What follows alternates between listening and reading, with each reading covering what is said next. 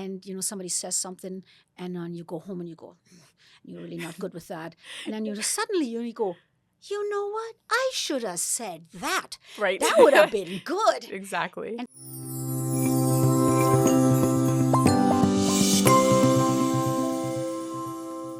hello, everybody. Welcome to another Hydrated Mind and Soul episode.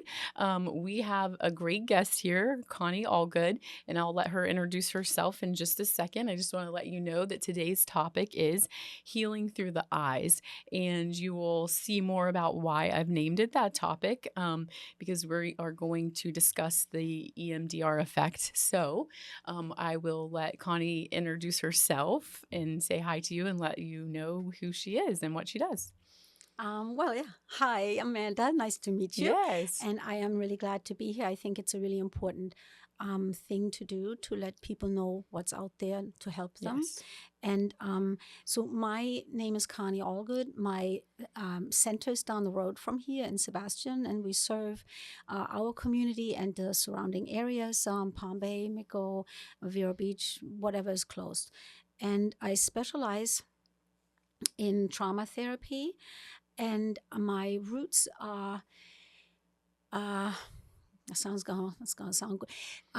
Working for God. That's what I do, right? So I work with somebody that is greater than me. Yes. So it is really independent of me. I Nice. facilitate, but it really is something that was given to us, I believe, from a higher power that lets us heal where we used to in the past not be able to ever heal. No, and I feel like God has given each of us a purpose and a gift. Yeah. So some people are using it, some haven't figured out what that is yet, Yeah. but we all have one. Mm-hmm. So go ahead. Sorry, I just want No, that's how I see it too.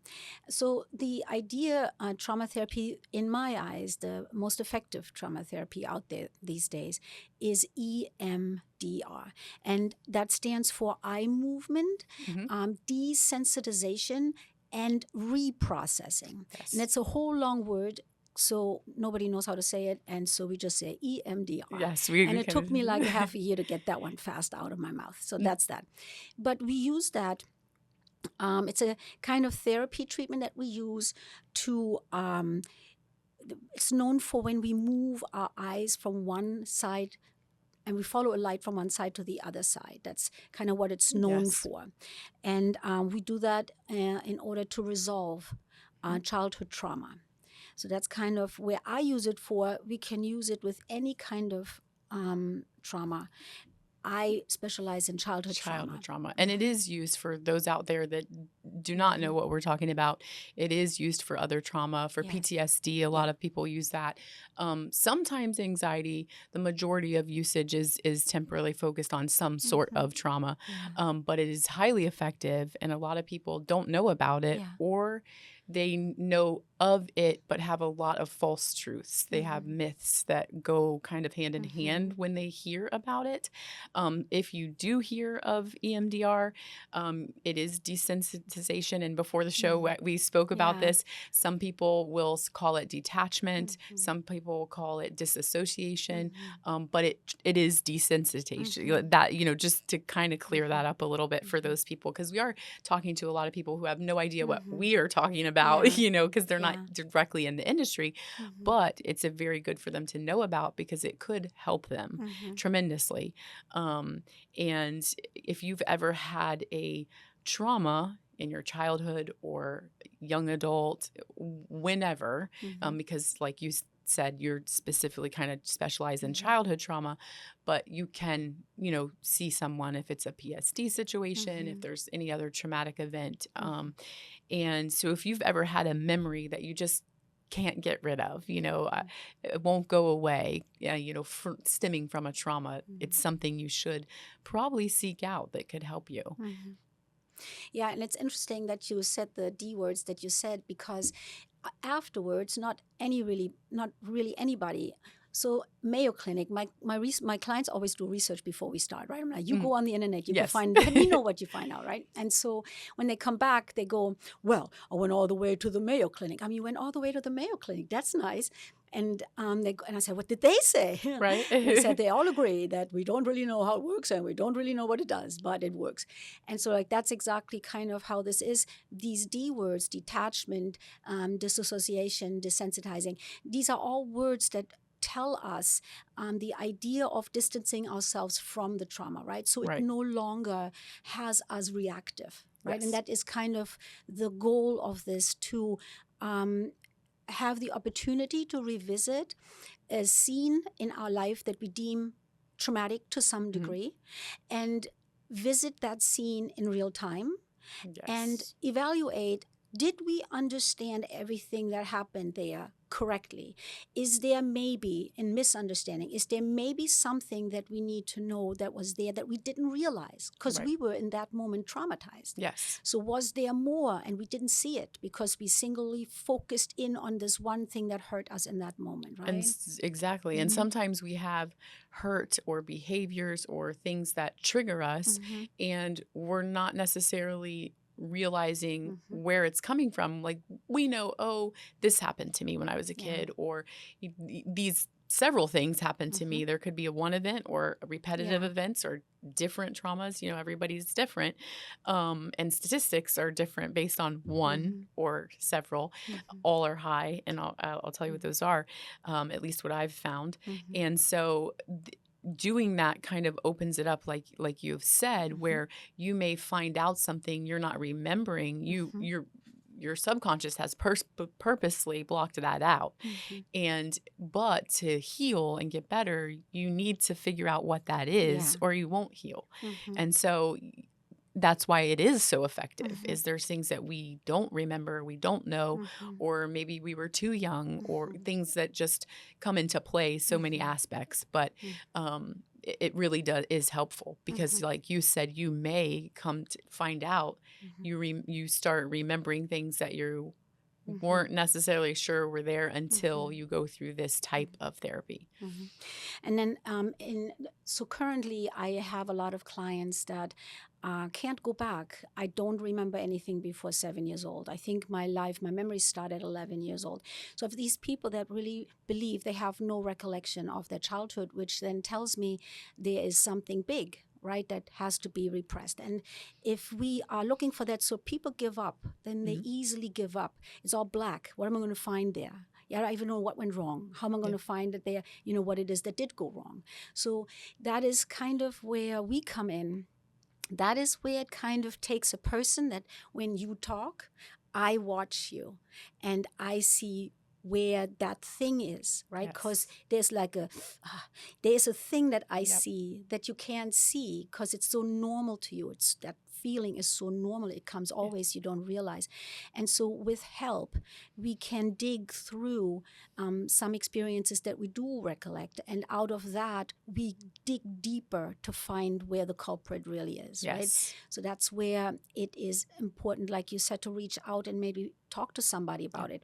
It isn't that I know the solution and I just need to go visit that thing, please. Right. It's that we don't know, and that can you please help? Yes. I want to be better. I don't want to be reactive to something that I have no control over. Exactly. That is a big part of it, is being able to be less reactive to those things that are a trigger, or just in general, you're not really aware of what you're doing and how you're behaving or where it came from. So you're becoming less reactive. You're learning what is causing you to react, so you can become less reactive, and you may not even realize it.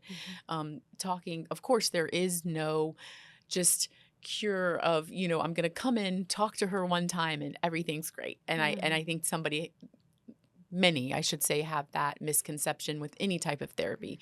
They think if they go to one session, or not necessarily even therapy, but just going to talk to somebody that is unbiased and not just perfect, you should, but they think that they go do that once and then everything's going to be great. And it's not. You have to be real and transparent enough to say it may take time. It may take a long time. It may never fully go away, but it may get a lot better. It depends on the person, the circumstance. So you can't just say, come see me one time and everything's great. So, I try to make that clear to people so that they're not misled. by anyone, the internet and research of come, to talkiatry and all these things online that they think if they go and talk to somebody online one time, everything's good. And sometimes one session is good, depending on if it's just somebody going through a little bit of a hard time and there's not really a mental illness, there's just a tough time period and they talk it out. Great, but not everything goes that way. So we want to make sure people know, hey, this is hard, which is why a lot of times we avoid it and ourselves want to block it off or forget or not deal with it, because dealing with it and healing hurts. Yes, it does. So you have to get to the hurt to get to heal. But that's where we're like, oh, this doesn't feel good, so we're just going to stop there. Innately, that's what we want to do. We don't want to feel hurt. Nobody wants to hurt. And if that would be the solution, right, then we wouldn't need this at all. Exactly. We wouldn't need therapy, because all we do is just block things out and look how good we are. The problem with that is that, according to the newest science, still the newest science on that, is that trauma, when it does happen to us, it is stored in the body because it couldn't be processed. And so there is science behind this, right? And this type of science is what makes this work. And it isn't the idea that then I talk about it and then I'm less affected. It is not the talk therapy that does that. It is the visiting the scene in real time, streaming it, if you may, and in that scene, seeing more than we knew before. So there are situations where we didn't see things, like, I don't mention any names, so I can go with myself, right? So my EMDR led me to my birth scene, weirdly enough, to my birth scene. And you would think that, what do you see there, right? I mean, you don't really know anything there. And I truly didn't know anything there. But what I didn't see is that, what I did not know that that scene I was in, is that when I came out of the womb, that I was just an infant. I did not know that that's all I was, because my idea was there was something wrong with me because my mom didn't keep me. So there was something innately wrong with me. And when I came out, I saw with my own eyes, if you will, that, oh, I was just an infant. Oh, I was just an infant. Oh, God. It's not your fault that your mom, there's nothing wrong with you that your mom didn't keep you. You can't actually talk that away. It's like in your subconscious, like a pain that just works inside of you, right?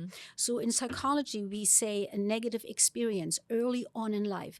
A negative experience early on in life is what we call an unresolved trauma, can become identity forming. And that's where the danger is, right? That we don't realize we're operating on this, right? Because it is just a negative experience. Other people have negative experience. A lot of people come to me like, well, I don't think I have trauma. I didn't go to the war. I didn't have this. I didn't have an accident. I didn't have that. I wasn't attacked. I'm like, well, trauma comes in all kinds of forms and shapes. Yes. But the most important thing about the trauma is that it isn't really what happened. It doesn't really matter who did it. It is, how did the being get hurt in that moment? That is where the trauma is, right? It's the pain. It is strictly the pain. And how did it become that identity? How did it affect you? Not necessarily what type it was. You can't rate people's trauma as, this lady's, oh my gosh, that was so much more traumatic than his. No.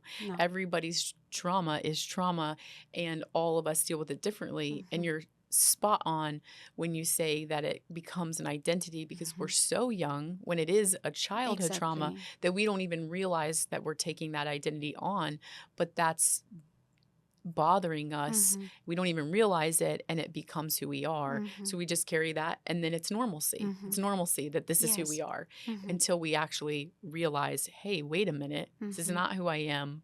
We have to get to someone who can help us, that figures that out, and why we feel this way about ourselves. And more often than not, it's negative. We have a very low self-esteem, or we've identified as something that, we say automatically, oh, I'm not that good at this, or I hate that. But we could be, but we don't realize that it's coming from something from childhood.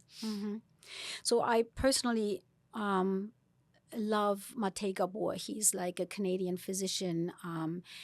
author, speaker, and Yeah. he travels around the world and has dedicated his life to studying all the things that ever were wrong with him. And I Okay. admire that, right? Yes. So he has expertise in addiction. He has expertise in depression, anxiety, all the things that ever ailed him. Nice. And he studied. And today he put all of that together and talks about trauma. And I think when I got that definition that I operate under about trauma, that was from him, if I remember correctly. And the idea is that trauma, he says, is the Greek word for wound. So trauma is a wound. But then the wound is not visible to others, right? Because it's a psychological wound. Inside. A psychological wound. So it's not a boo-boo. It's not like, oh, what happened to your arm? It's not like anything like that. It is you're in complete pain and you have no way to access it. There's no Band-Aid. Where is it located? There's no Band-Aid. There's no Neosporin. There's no spray. There's no antiseptic. There's nothing. I can't go to the hospital and say, I'm hurting. Fix me. There isn't anything you could put your finger on, but the pain is so intense. According to science, pain is recognized with the pain receptors in your Yes. brain. So any pain is recognized there. And if it is heart pain, if it is soul pain, if it is mental pain, if that any kind of pain is recognized there to the same degree that like somebody, you lost your arm in a car accident, same degree, except that you can literally get that fixed versus here you cannot access it. A psychological Yes. wound is not accessible to us. And it's not always known, not to cut And you off, we but don't of what it is. know So what it yes, is. you slice your arm. I see it. I know exactly what it is. And I Yeah. can go get what I need to fix Yeah. it, whether it's a Band-Aid or stitches or whatever. When it's psychological or mental or internal, there's something wrong, but we may not know exactly what it is. If it's a cut or your arm, you know exactly what it is and exactly what you need to do to fix it, where that internal, spiritual, emotional, mental hurt, we may know something's hurting and pain because it does affect neurologically your whole body and inside as well by storing it in. Yes. So the cortisol levels, there's all the science that goes with that. But those types of trauma or pain, we know they're there, but not necessarily how to fix them. Yes. And other people don't know because often some people that do have that trauma or pain don't always let it out. They're not just walking around crying. They're, or they may go do those things in solitude. So other people around you may not say, oh my gosh, let me help you. Yeah. Here's what you need to do, which is why it's so important to talk about these things, because other people, even us walking by, don't know, oh, hey, you know what? You need to go to therapy. We don't know that. We can't see it only unless they open up or they start to notice the signs and things to look for and hear us say, hey, if you're hurting inside or these things are going on, this is what you need to help you. Not, oh, that cut on your arm looks bad. It looks like it's infected. Maybe you should go see a doctor. It's the same for us, but different because people don't see it or recognize it sometimes. Yeah. And so when we have this psychological wound that nobody can see, then how do we heal it, right? And that is where we use trauma processing.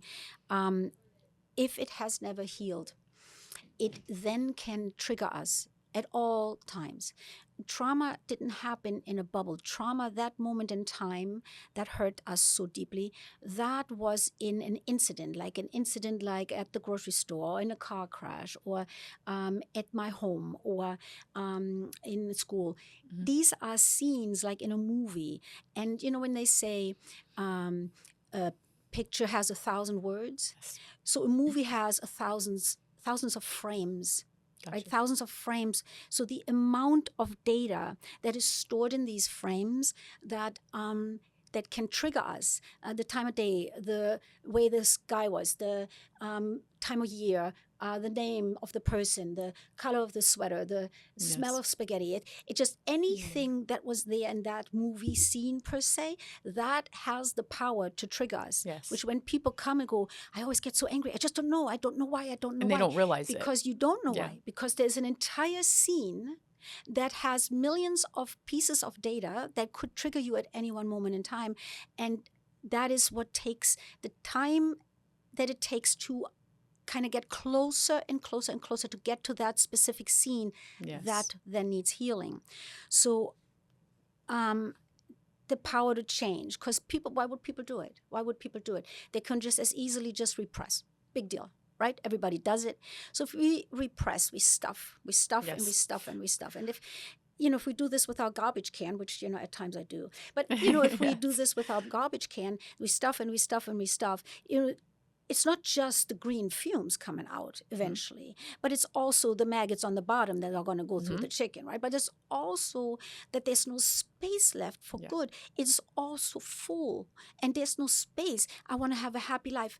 Good luck now. Right. Slightly filled. There's not room for that. There's no room for that. So in order to make room to feel that freedom to be happy, you need to make space, right? And that is trauma processing, to take some of this away. I love that analogy too. It's really good. And it reminds me, as you're speaking, of one that my pastor always uses, not always, but has in several occasions, where there's a cup that he put Coke in just for the dark color, and says, if you're filled with negativity or worldly or Worries, flesh, fears, mean, whatever it is from the flashbacks. world, but you take this water and pour it in, the more you pour in and more, eventually it's getting lighter and lighter and lighter until the more water, which God, the Holy Spirit, the things like that I'm pouring in myself, I'm reading my word, I'm thinking positive thoughts, I'm, praying, I'm doing these things that are good, that's going to start to overfill the bad. And eventually, as the more and more and more that I pour in and do, that water becomes clear, and all that brown water has went away because I'm filling it with good. So that's the same in a way as your garbage can, because it's the opposite. Like, it's filled up with that bad so much, now you don't have room to pour in that water, the good stuff. So the water is a joke, because I don't drink water. I need to drink more water. So Yes. that's why I was laughing. No, I think it's an excellent picture that you created there. That I like that a lot.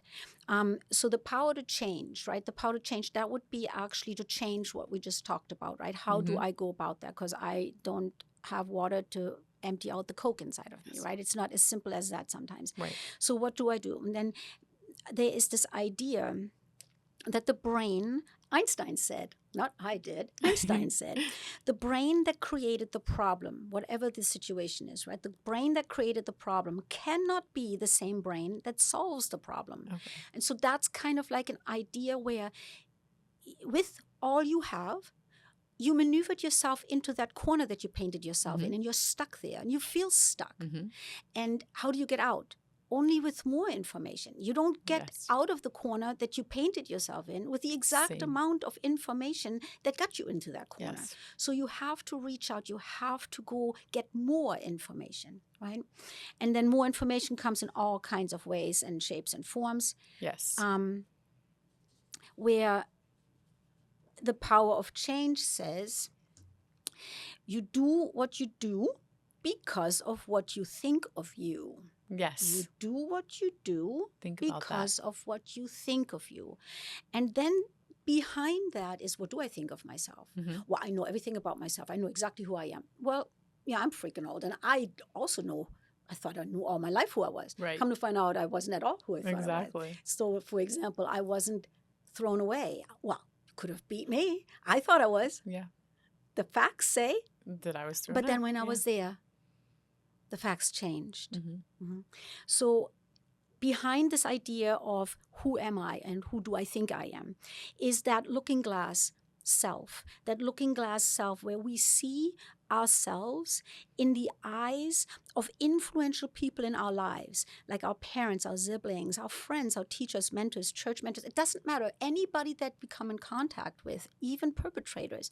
But in all of those situations, there are eyes coming at us. And we know this. All of us know the science. All of us have like black and white thingies hanging over our baby's head in the crib, because that's what they're doing. We're listening to baby Einstein.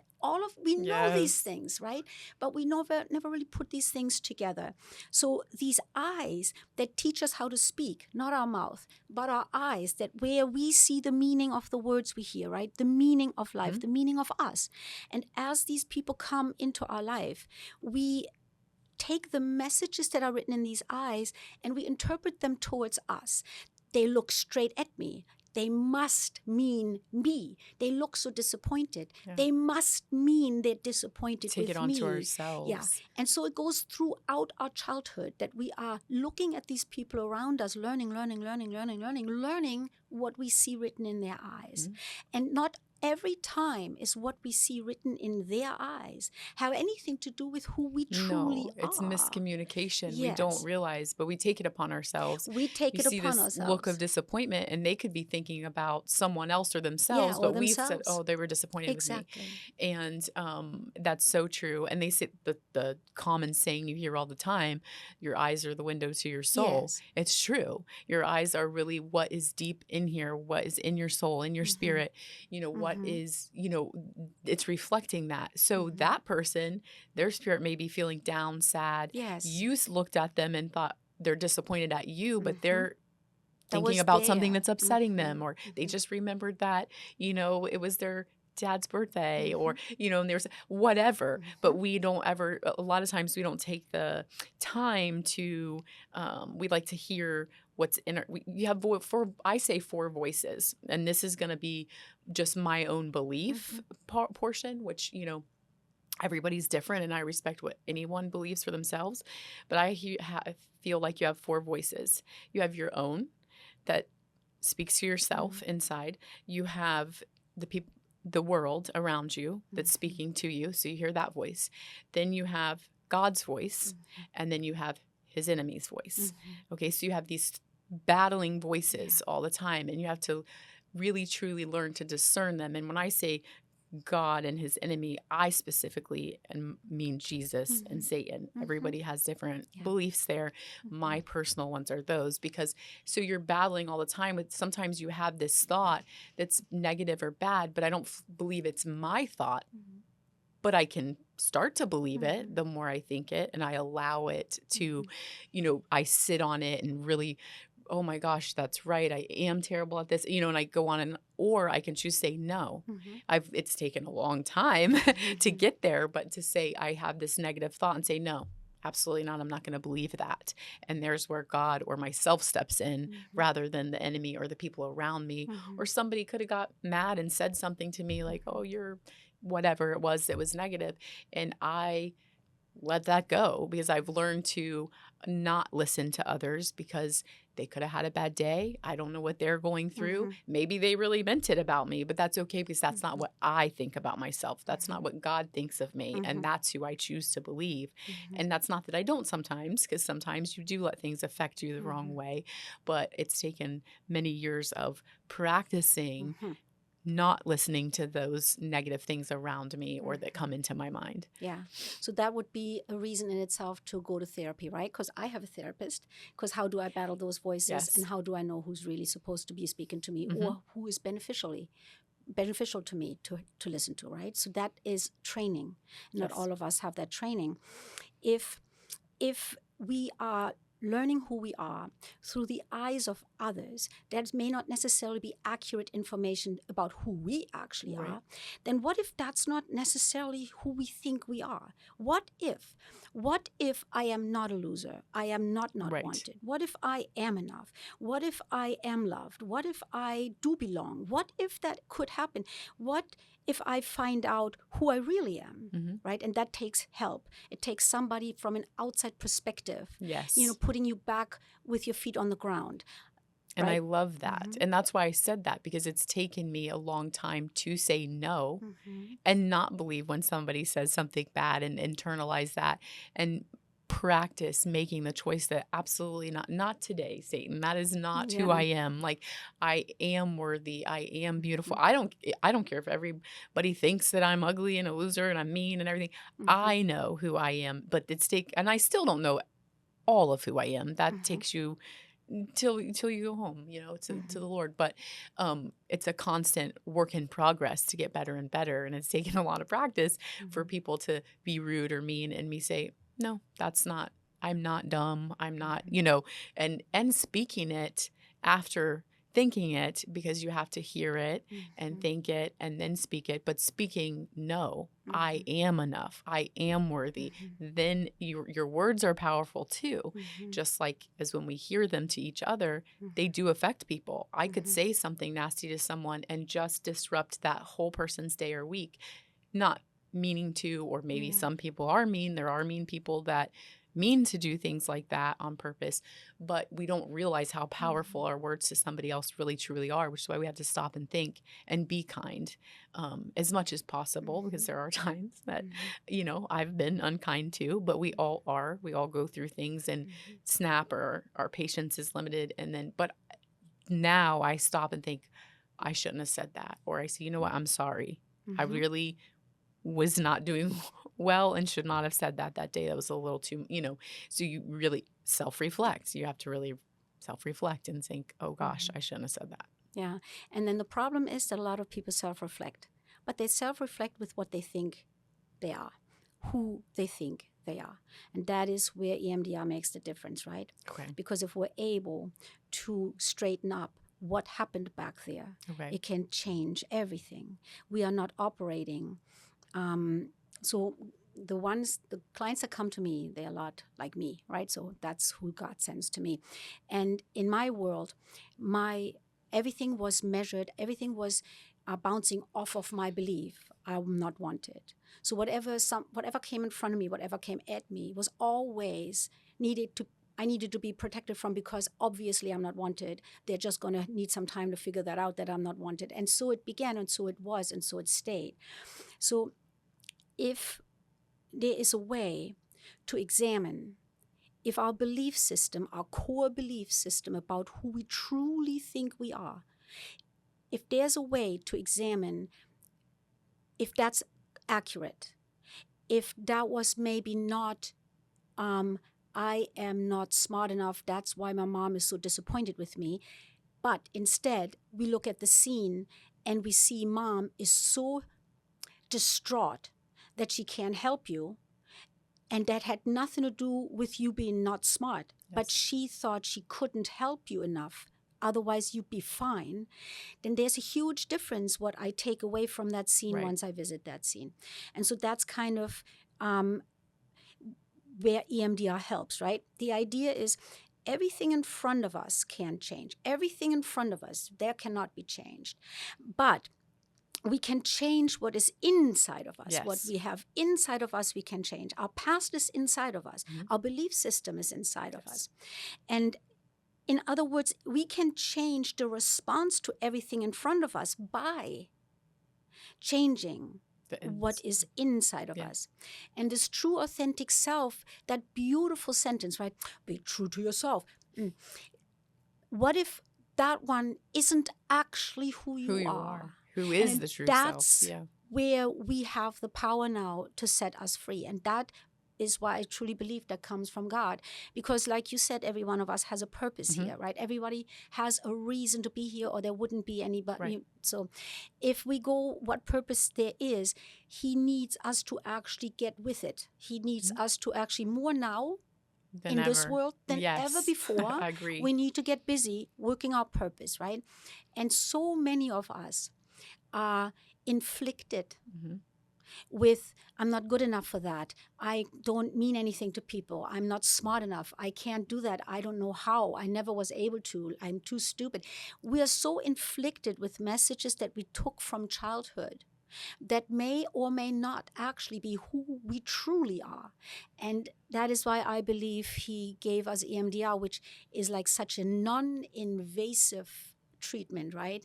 No shots, no electroshock, no water torture, no medicine, surgery, no smoke up in your lungs. I don't know what people do. So all of these things, none of that, just stimulation. That's what we kind of do. We use stimulation of the two different sides of the body at different intervals. So that's all we do. We kind of just have a tone in a headphone that goes voot, voot, voot, voot.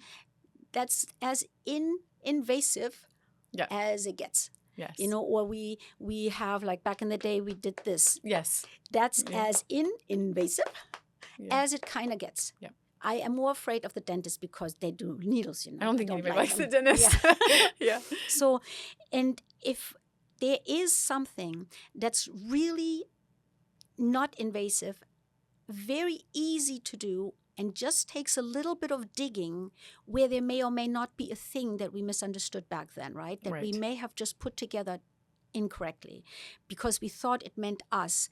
But when we go visit, it never really may have been us. And I wanted to address on the show, people have all these misconceptions regarding this. Those who kind of know a little bit, or they did their Dr. Google search and, and they're thinking and they're saying, oh my gosh, this is hypnosis. It is not hypnosis. No. So those of you who have that conception of, I'm going to go in there and be hypnotized, that is not what this type of therapy is. If it was, I wouldn't be talking about it on my show. Right. I think most people that know me know I have some very deep core beliefs. And so I wouldn't be telling you to go do some hocus pocus magic treatment.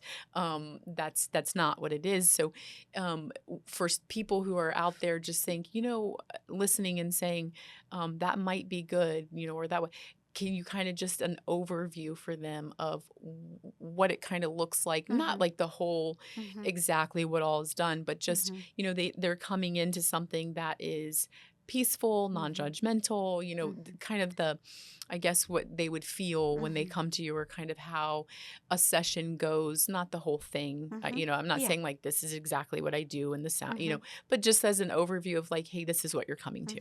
What would you say to them? I think that's a really good thing to do. Maybe leave them with that, because so I have this process that works really well for me. And as long as it's going to work, I'm going to do it. When it stops working, I'm going to do something different. But for now, it's really like having excellent results. And so I begin with information, because I get easily scared. And so I'm like, I don't want them to be scared, because that would not be helpful. So I go with information. So when you first come in, we just talk. Right. We see if this is a fit. We see if you like it. We see if this aligns with what you believe. And we just kind of get all the information about EMDR, everything that you'll ever want to know, all the processes, why we would do this, what it does, and how it would help.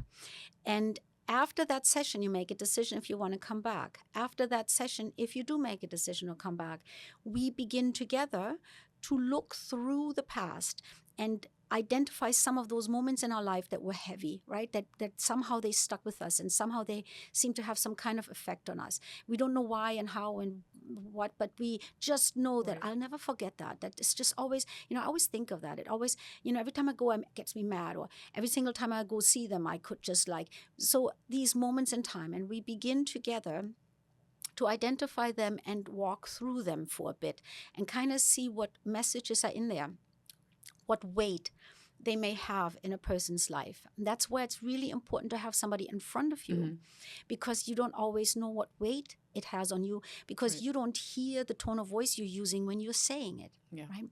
And so when we do that, out of that, it usually crystallizes some kind of important scene. And that scene is what we have the power to target in EMDR. So we decide together which scene we do or do not target.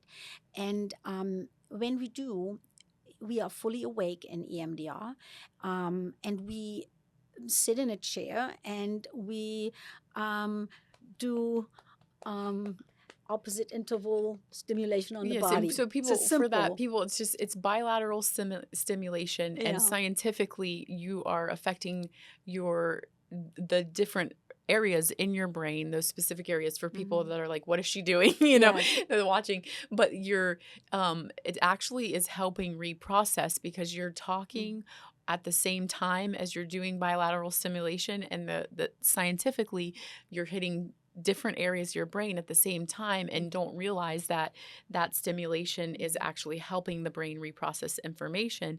And it's almost so your REM phase of sleep, and a lot of things occur in that phase that people don't realize, but it's similar to being in that phase. You're not asleep, you're completely awake, you're not being hypnotized. And I like to reiterate that, just because of the things I hear from people that I have to let them know, no, this would be great, kind of thing. It is, I feel like, healing isn't forgetting because that's another common that I hear is it's Yeah. just going to erase my memories. No, Yeah. that's not it. It's Mm. actually, we are going to remember. And Mhm. so, but it's not forgetting, but it's helping you feel okay again in your own mind, feeling okay again with those memories and realizing what those memories even meant and why, and then learning Mhm. to be less sensitive. Yes, That's the less whole point of the reactive. less reactive, less sensitive to those memories that we didn't know were affecting us in that way. So it's just, I kind of say, and I could be wrong, so you can, further with what I'm saying, is that it's kind of feeling safe again or better again, or having a different feeling of those memories than Yeah. what we came in with. Mhm. And I could be wrong, but that's the way I like It to kind is, of explain to yeah. people. It is very much imitating the REM sleep stage, right? It's very much that. And it is activating the left and the right side of the brain at the same time, which is kind of like our supercomputer, which Right. enables us to process anything that happens during the day that we do every single night anyway. When trauma usually comes up in that night, it's completely convoluted with terror and fear and worries. And that is what we felt in that moment. Death-like feelings, life-threatening feelings. And when that comes up through this beautiful supercomputer of right and left side of the brain, it says, and it won't make it through. Where's it going to sort it? Yeah. It's going to sort it in like dentist chair. Where's it going to sort it now? Right. Because it's so plugged up with so much stuff that it can't. So it goes back down, ergo it gets stored in the body, right? Because it couldn't be processed. EMDR will then target some of those things that have been stored in our body that, like I said, this movie scene is constantly able to be triggered and has the power to take one of those scenes up when we are in the state of REM sleep while we're awake, sitting in a chair, talking, has the power to look at that scene more objectively. And I always like to liken it to this idea that, when you go to a party, and somebody says something, and then you go home and you go, you're really not good with that, and then you just suddenly you go, you know what? I should have said that. Right. That would have been good. Exactly. And so if we're so smart, by the time we come home, right? So now we're not victimized. So now we're not caught off guard. So now we're not on the spot. So now we're not under supervision, like everybody looking at us. So now we're like in a safe place at home, and we go, you know what? I got a solution for this one. Yeah. So that's kind of how EMDR works, because the person that has the opportunity to live stream that scene in their life is the person that is much older. Even if it was yesterday, you are much smarter than you were yesterday, right? So that person goes and looks at it, and that person usually has something to say, because we are now, I should have said that, or that would have been good. And that kind of sets us just like that scene when we go, if I would have said that, you know what? That's what have done the trick. And we feel good with it now. Yeah. Like, yeah. Whoop. Yeah. And that's kind of EMDR, looking at it one more time, putting things in perspective, seeing things that happened in the scene that we didn't realize that were happening in the scene because we were so laser focused on this one thing that hurt us so much, right, in that moment. And that's kind of the idea where we set ourselves free, which is difficult to understand, right?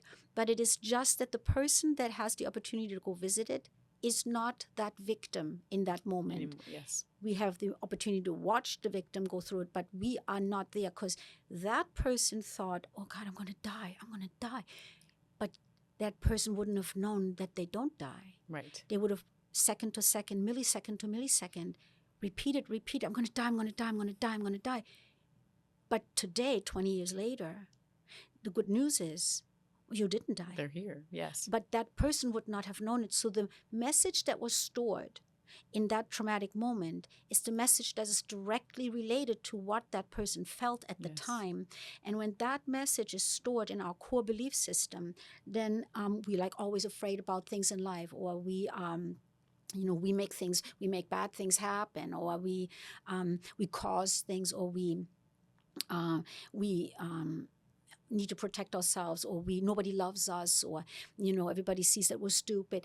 Whatever that was back there is what's holding us down, right? And doesn't let us actually live up to this glory of God. So for me, there is this idea, because I do run it by him, because I'm not that smart, so I run it by him.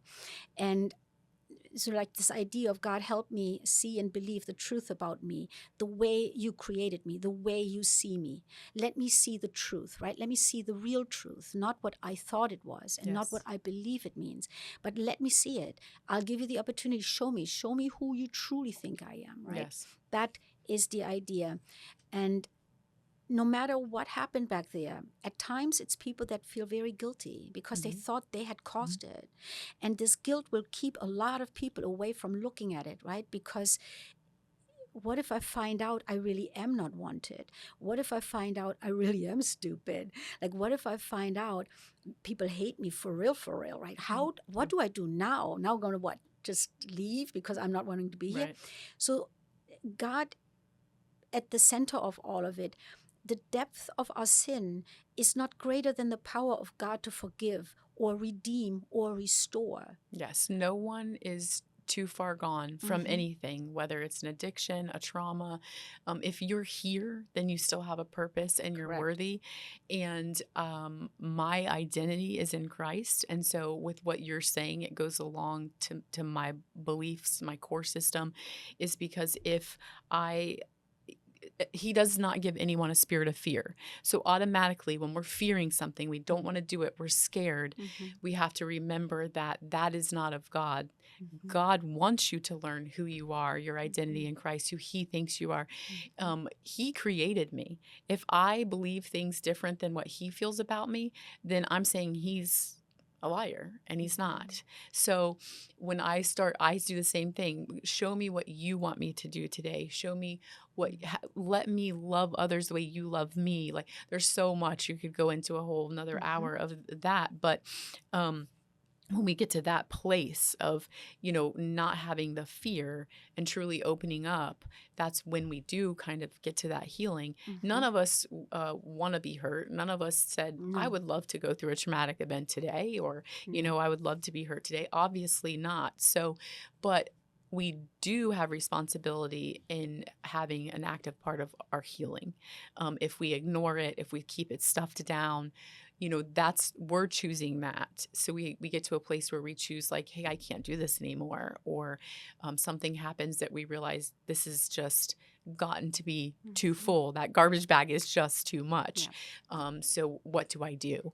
And a lot of people are sitting out there thinking that, what do I do? I'm stuck. I don't, I'm at this place. And if you might be listening and that's you, you are worthy, you are good enough, and seek. Even if you just kind of reach out and ask about it, it may be good for you, may not. But just like she said, you had that conversation first to decide, is this something for you or not? And you've made your first step. And maybe even if EMDR isn't good for you, there can be a recommendation of something else that could help you depending on your specific circumstance, your personality, all those things that go along with it. I do encourage anybody with any questions to reach out to me. If you want to reach out privately, that's fine. I definitely respect everyone's privacy. And if I don't know the answer, I always try to find someone that does and refer you to that person, because I don't want to give the wrong answers if it's something I'm not familiar with or that I specialize in. I do want to leave people on my end, and then I'm going to let you end, but I want to leave people with the statistic of how that I have of how effective it is, that for single trauma incidences, when there's a single trauma victim, it's 90%. That is a huge number, especially in a medical field or an industry like we're in. 90% of single trauma victims no longer had the I don't want to say PTSD, but that's how it worded it in the statistic. But basically what it's saying is they no longer had those negative triggers after 3 sessions. Then 77% of people who were multiple trauma victims, meaning, and I'm only explaining to people because I know you know what I mean, but meaning they've had more than one trauma, they were 77%. It was effective after 2 to 5 sessions. That's, to me, is like incredible. Those are great, probably better statistics that I've given on any show about any other topic. So, which is why this show specifically was really important to me to get on and have somebody on that could explain it along with me or better than me, actually, so that people can see this is really something that's effective and it's not these myths that you hear, and it does work if it's for you. Like you said, everybody's different. So there are things that maybe a different type of therapy, because there's all this whole realm, would work, but it is very successful for those of you who have had childhood trauma or some traumatic events, or you may have had some that you are not remembering, and you're not sure why you're triggered or why you behave or react the way you do to certain things. This would help you too, because this is going to help you know why you're reacting and what's causing that reaction that you've stuffed down there, or you were too young to remember what it was. But with that, I want you to kind of give the viewers, the listeners, I'm used to saying viewers, the listeners, kind of what you would leave them with, whatever it is that you want to suggest to them and what you want to leave them with, that's like that's important. That's like a big thing. So now the stakes are high. So for me, in case somebody is wondering what all this talk about, I'm German, so I'm translating here. So all of these words, I'm like, I'm doing it because I have no idea about this language. So this is like as best as it goes. And so I use other people's words, right? Because those are the words that say it just the way I want them to say it.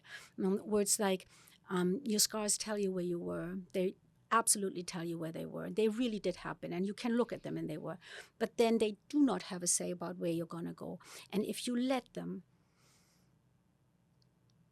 hold you back from who you possibly could have been, and at times have these feelings like, I really could, what should I? They have no right to hold you back, but they were part of your life. So I go with things in the Bible, and I go with things in my songs that I listen to. And Zach Williams is one of my songwriters and singers, and he says, you wait for me. He is talking about God. You wait for me, no matter how stupid, no matter what I've done, no matter how lazy, no matter how long, no matter what's wrong with me, no matter what I think's wrong with me, you wait for me. You wait for me no matter what, right? Yes. That I need to hear. I need to hear it every day. So I wake up with this music in the morning to set me straight. I do not wake up in the morning with news. I wake up in the morning with saying, you wait for me, right? You wait for me, right? No matter what, right? Yes. And Jamie McDonald has a song with Lauren Daigle, Desperate. Yeah. Desperate, it is that type of thing, right? That's the stuff that brings us to therapy. Desperate. It's not like, help. No. You're past that now.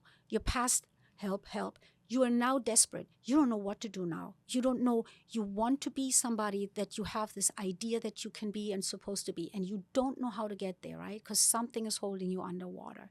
So, desperate.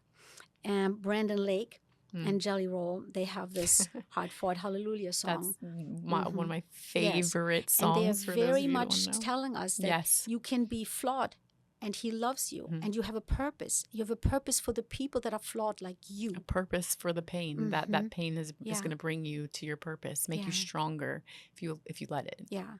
And so there was, yesterday I saw it, and they have a clip of Jelly Roll speaking at the Dove Award. Yes, and I saw that. His speech is about help the least, why don't you? Yes. Go out there, help the least. Yes. Help the least of his, right? Help the ones that are down right now. Help them get up. Right? And then that's what I do for a living. And so again, I want to mention that my practice is down the street here on US 1 in Sebastian, and it's the Allgood Counseling Center. And we are hiring, so we're expanding. Oh, okay. Any questions can go to our email, admin@allgoodcounselingcenter.com. And we are also, not everybody has the financial means to actually be free, set themselves free. Yes. And that makes me always very sad. Yes. My mom was one of those. She never had the financial means to take care of herself. So in her name, I created this Pay It Forward fund, where you can donate And that goes to the people that come in and say, I want to, but I can't afford it, right? That's where that's going to go. And so there is a GoFundMe page, what I don't know, on my Facebook page, whatever. I don't know. Technology is not my thing, and media is not my thing. But there is a page where people can donate for people that then have the ability to become who they were meant to be. I absolutely love that.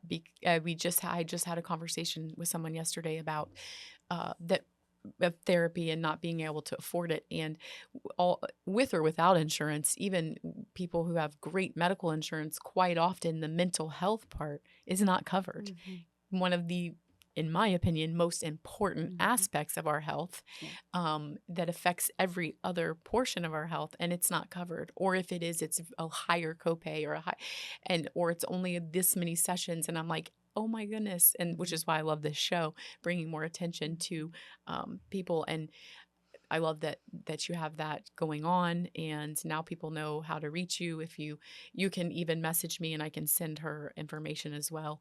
If you can't for some reason find that, I can guide you to the Facebook page, and you can find her. Do you see people remotely as well if they're not local? I do, and a lot of the EMDR it's possible by remote sessions, but when it comes to the actual treatment, I'm very picky.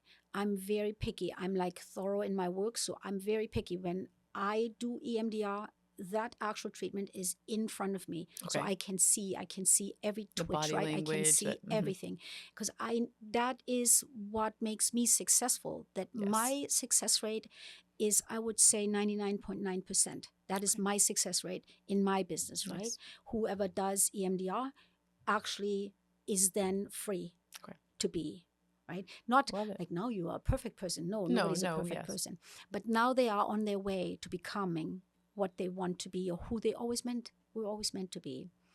And I guess the words that I want to leave everybody with is what the Bible gave me this morning on my phone. My Bible app. I love this. It said, John 1:14, so the Word became human and made his home among us. He was full of unfailing love and faithfulness. Nice. And that is why he gave us EMDR. That's my belief. Okay. And I love it. And I'm going to end with that, because I think that was the perfect ending for people. Thank you so much for coming and sharing and giving your knowledge, and for you being who you are right now. Thank you for doing your calling and fulfilling your purpose, because we have a choice as to whether we do that or not. So I thank you for that. I commend you for that. And to everyone out there, I say thank you for watching. Thank you for listening. And as always, be blessed and reach out if you need any type of help. Thank you.